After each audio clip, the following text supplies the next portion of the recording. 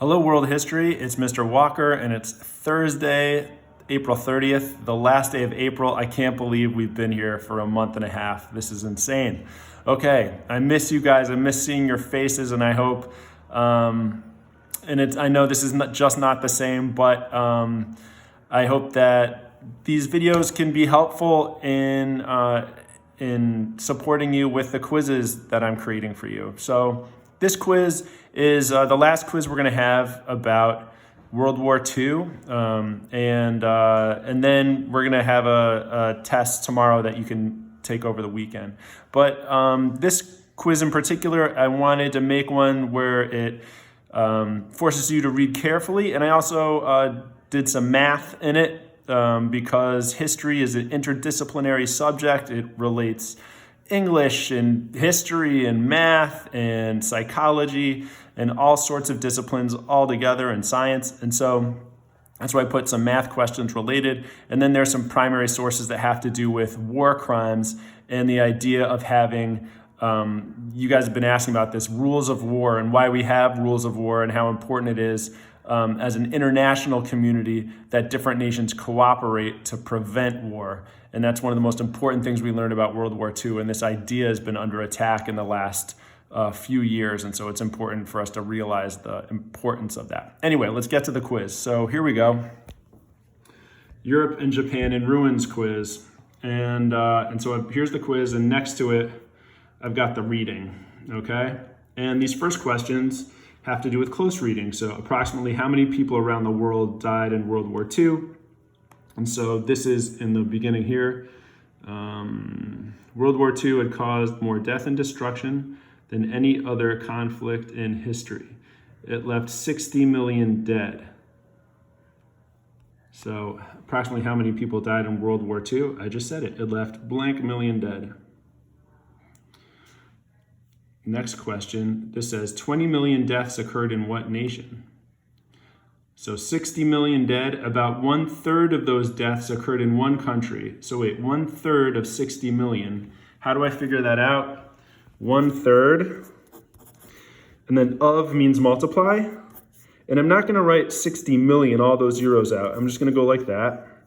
1/3 times 60 equals, I'm gonna put 60 over 1. I multiply, numerator times numerator, denominator times denominator. I reduce, and I get 3 goes into 6, 2. So I get 20 million. So 1/3 of those deaths, so 1/3 of 60 million is 20 million. And they occurred in one country, the Soviet Union. So the Soviet Union lost 20 million people in one war. These numbers are astronomical and hard to fathom. Stalin killed over 10 million of his own people himself, and Hitler killed also 20 million people living in the Soviet Union. And again, which one is the Soviet Union? Its acronym is there. All right, approximately how many people died in Europe because of World War II? And so this says another 50 million people were uprooted from their homes and wandered around. Property damage was billions of dollars. So we're looking for the amount of people who died in Europe. By the end of World War II, Europe lay in ruins. Close to 40 million Europeans had died, 2/3 of them civilians. So how many people died in Europe because of World War II? What did we just read? And 2/3 of that number were civilians. And so what was that number? Well, how many people died in Europe? Close to 40 million Europeans died, 2/3 of them civilians. So how do we figure out that number? Similar to before, except we have our fraction, 2/3 of 40 million. And so put 40 over 1, multiply, 2 times 40 is 80, 3 times 1 is 3. And then this fraction, this turns into a division problem, right? 3 goes into 80 how many times? 3 goes into 80, 3 goes into 8, twice with 2 left over. 3 goes into 20, 6 with 2 left over. 3 goes into 20, 6 times with 2 left over. 3 goes into 20, 6 times with 2 left over. I could just keep doing this and doing this and doing this, but it's 26.6666666. 26 and 2/3, okay? So 26 and 2/3 million people were civilians who died in the war. And so did more people from the military or civilians die? A lot more civilians died. Out of those 40 million, how many were civilians? We just figured that out. Approximately what percentage of the city of Berlin was destroyed by Allied bombing? And you can look at it here. Let's see. It is going to be in this paragraph.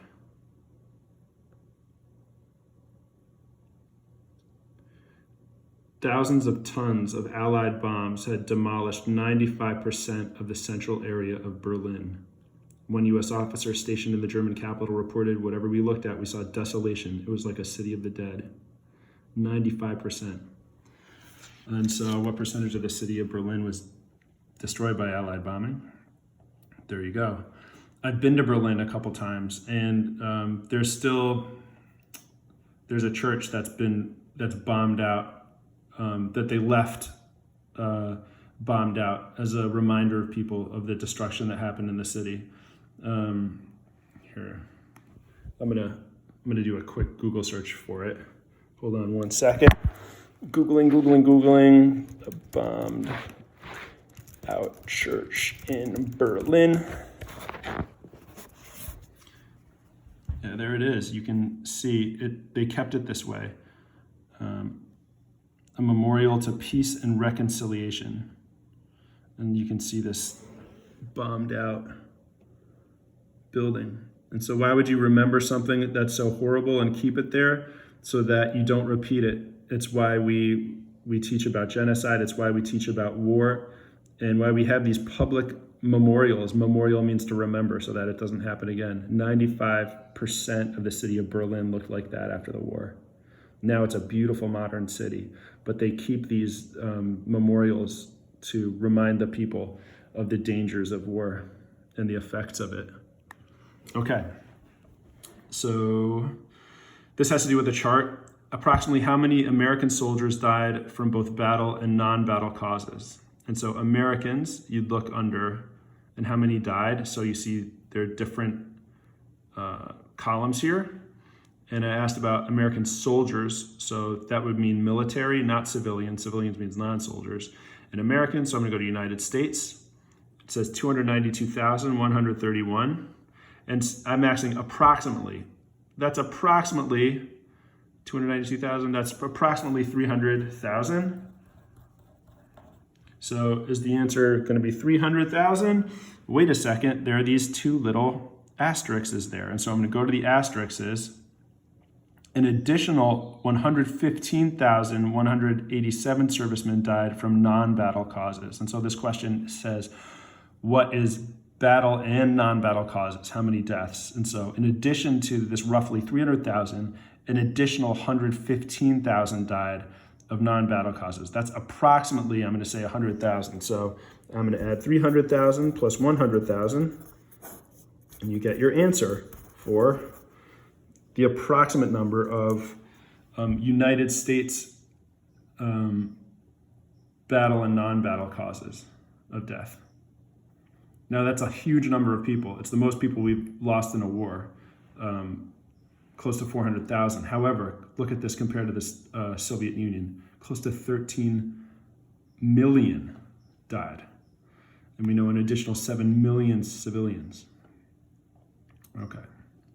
The next question has to do with the same chart.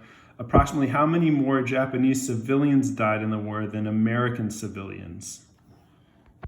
Okay, so this would be under civilians. We look at United States, then we look at Japan.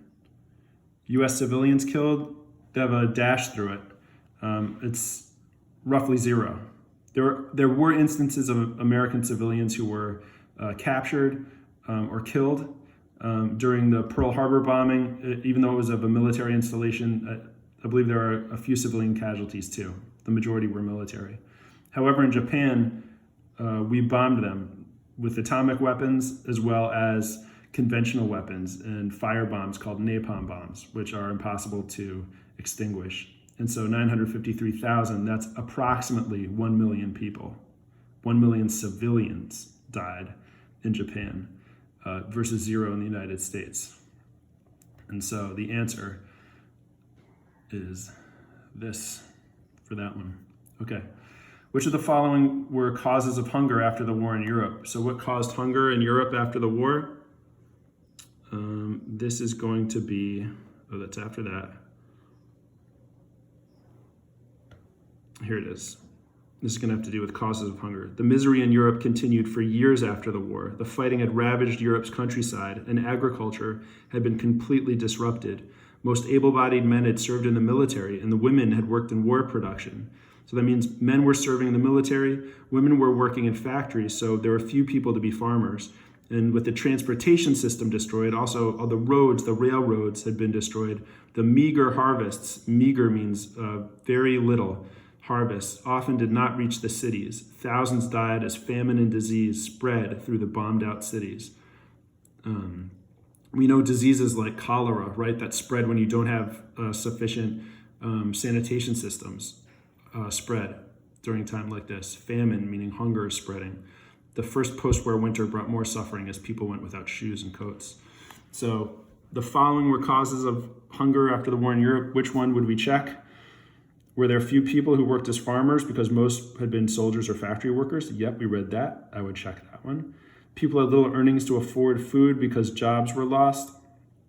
That is correct also. People did not, since they lost their jobs, factories are destroyed, they're not getting money, and so they can't afford food. The transportation system had been destroyed, so food could not be moved to cities. This is also true, so you check that one. Stalin's collectivization of agriculture caused less food production. You would not check this one. This happened in the 1920s, and also, even though he caused a lot of death through the collectivization of agriculture, it did boost food production. So this is the one you would not check. Okay, which of the following nations had fascist governments during World War II? Check all that apply. And so there are two that are easier here, which is Italy, where fascism was born with Mussolini. You check that. Not Britain. Germany, yes, you check that. They were Nazis who were fascists. And now there's one other, and that's France. After they were overrun by the Nazis, they installed the Vichy government, or the Nazi collaboration government. And so France was fascist during World War II until the Nazis were defeated. And those who cooperated with the Nazis, the collaborators, were kicked out of France. So it's France, Germany, and Italy. And France only because it had been taken over by Germany and a fascist government was put in place. Okay. After the war, what political party made huge but temporary gains in post-war elections in Europe? And so post-war government and politics, it's right here. After the war, the Communist Party promised change, and millions were ready to listen. Remember, people who are poor, people who don't have, who are hungry, who don't have housing or food, are attracted to communism and socialism. And they also saw that the Russians were able to defeat, or the Soviet Union was able to defeat the Nazis, and so there was a lot of support for Soviets and for communism right after the war. In both France and Italy, Communist Party membership skyrocketed. The communists made huge gains in the first elections. Anxious to speed up a political takeover, the communists staged a series of violent strikes. Alarmed, French and Italians reacted by voting for anti-communist parties. And then communist influence began to decline. And so here, what political party made huge but temporary gains? It was the Communist Party. And so not just in the Soviet Union, but there were lots of people who were sympathetic toward communists, especially right after all the destruction in the war, when people want things like food and clothing and housing and want a more fair economic society. All right, at the Nuremberg Trials, what were two crimes the Nazis' defendants were accused of committing? Check 2. And so this goes under the Nuremberg Trials. And what two crimes are they accused of? Let's see. So 23 nations put the Nazi war criminals on trial in Nuremberg, Germany. In the first of these trials, 22 Nazi leaders were charged with waging a war of aggression They were also accused of committing crimes against humanity, the murder of 11 million people. So that's the Holocaust, as well as the mass murder of Slavs, of Poles, of Russian prisoners of war. And so the two crimes, waging a war of aggression is one, and the other is crimes against humanity. So we see one, waging a war of aggression, check, and crimes against humanity, check. Okay. Now, this is an excerpt about at this trial, at the Nuremberg Trials. Is it only the people who do the actual murdering, soldiers, who are responsible? No, it's the people who ordered them to do the murdering who are responsible. And the people who are complicit or collaborating with the Nazis to put this murderous policies into effect. And one person who escaped justice, and you'll see how he escaped justice, was Joseph Goebbels. Goebbels was Hitler's propaganda minister. And so we're going to read this and then answer the questions. First, I'm going to look at the question. What career field did Joseph Goebbels participate in Nazi Germany? And so in this excerpt, in 1928, Goebbels was elected to the Reichstag, the German parliament. More significantly, Hitler named him the Nazi Party propaganda director. Okay, so he's director of propaganda. You remember propaganda? It's biased information that is intended to change people's opinions and therefore change their behavior. It was in that capacity that Goebbels began formulating the strategy that fashioned the myth of Hitler as brilliant and decisive leader. He arranged massive political gatherings at which Hitler was presented as the savior of a new Germany. In a masterstroke, Goebbels oversaw the placing of movie cameras and microphones at pivotal locations to accentuate Hitler's image and voice. So he's the person who's creating a cult of personality for Hitler, like we learned about in our totalitarianism unit. Events and maneuvering played a pivotal role in convincing German people that their country would regain its honor only by giving unwavering support to Hitler. They think that the only way to gain honor is and make Germany great again is through the support of just one man. Of course, a nation's greatness is not dependent on one person, but they used media and propaganda to get people to believe that. And Goebbels was the person who was creating this image for Hitler. And so right down here, what career field did he participate in Nazi Germany? What career was Goebbels in? Was he a military leader? If he's the director of propaganda, was he an engineer? Was he building things? Was he involved in the judicial system or law? Was he involved in media? Or was he involved in the medical field? And so here, if you're the minister of propaganda, if you're creating movies, if you're creating newspapers, if you're creating what is your role? Which of the following is not a goal of Goebbels as head of propaganda in Nazi Germany? So all of these will be his goals except for one thing. Was his job to glorify Hitler? Yes, it was. Did he censor opposition to the Nazis?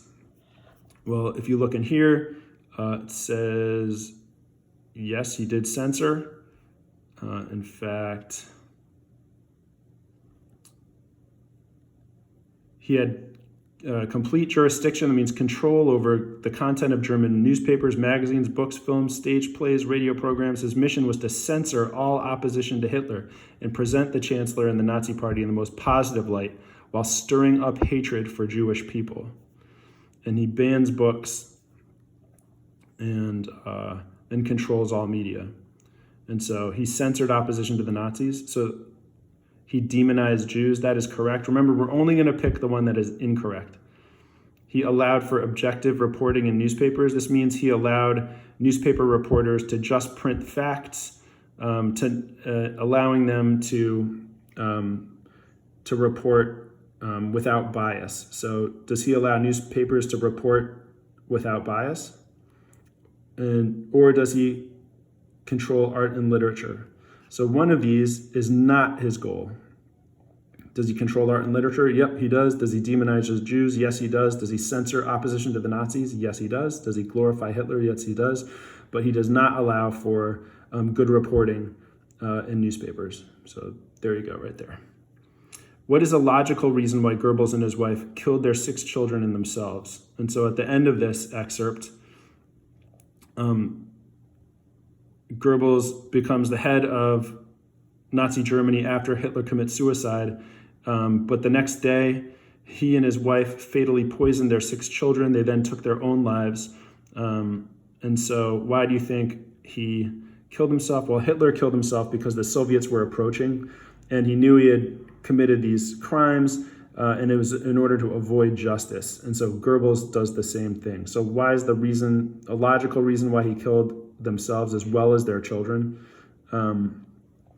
It's here. They knew they would likely be tried for war crimes and executed by the Allies. They wanted to escape justice. That's how he escaped justice, through suicide.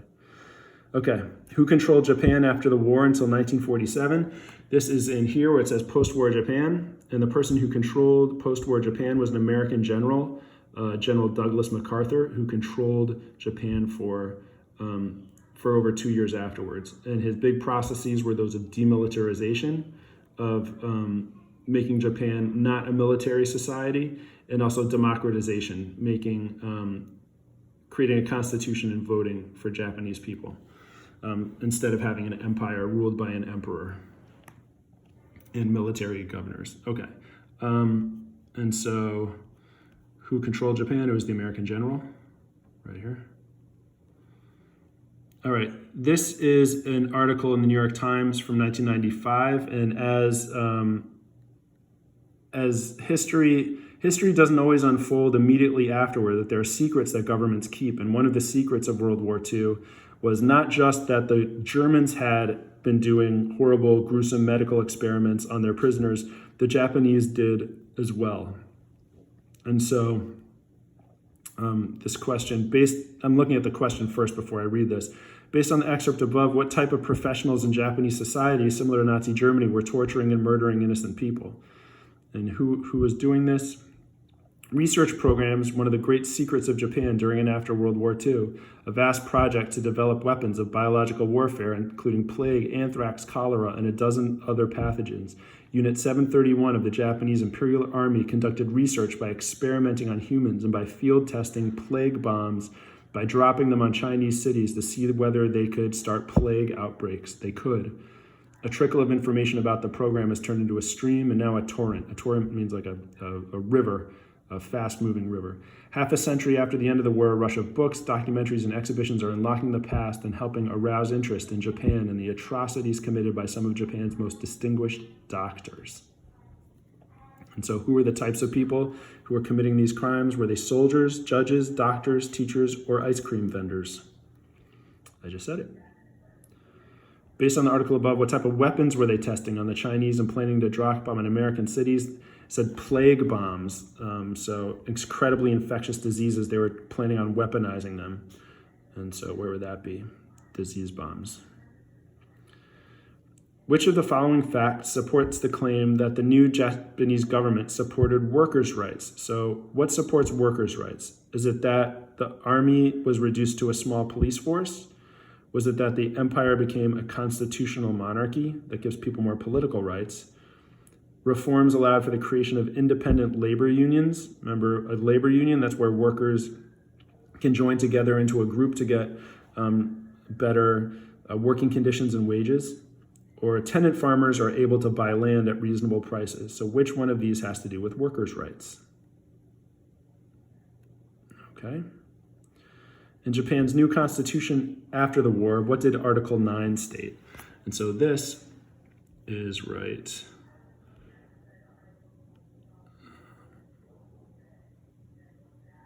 This last part. Okay, a key provision of the Constitution, Article 9, stated that the Japanese could no longer make war. They could only fight if attacked. And so Article 9 was that they were no longer allowed to make war. They could only fight if attacked. Okay, and then the final question, what two nations that were allies during World War II would emerge as adversaries or enemies after World War II? And so who becomes adversaries afterwards? The Soviet Union and the United States emerged from the wars as the world's two major powers. They also ended the war as allies. However, it soon became clear that their post-war goals were very different.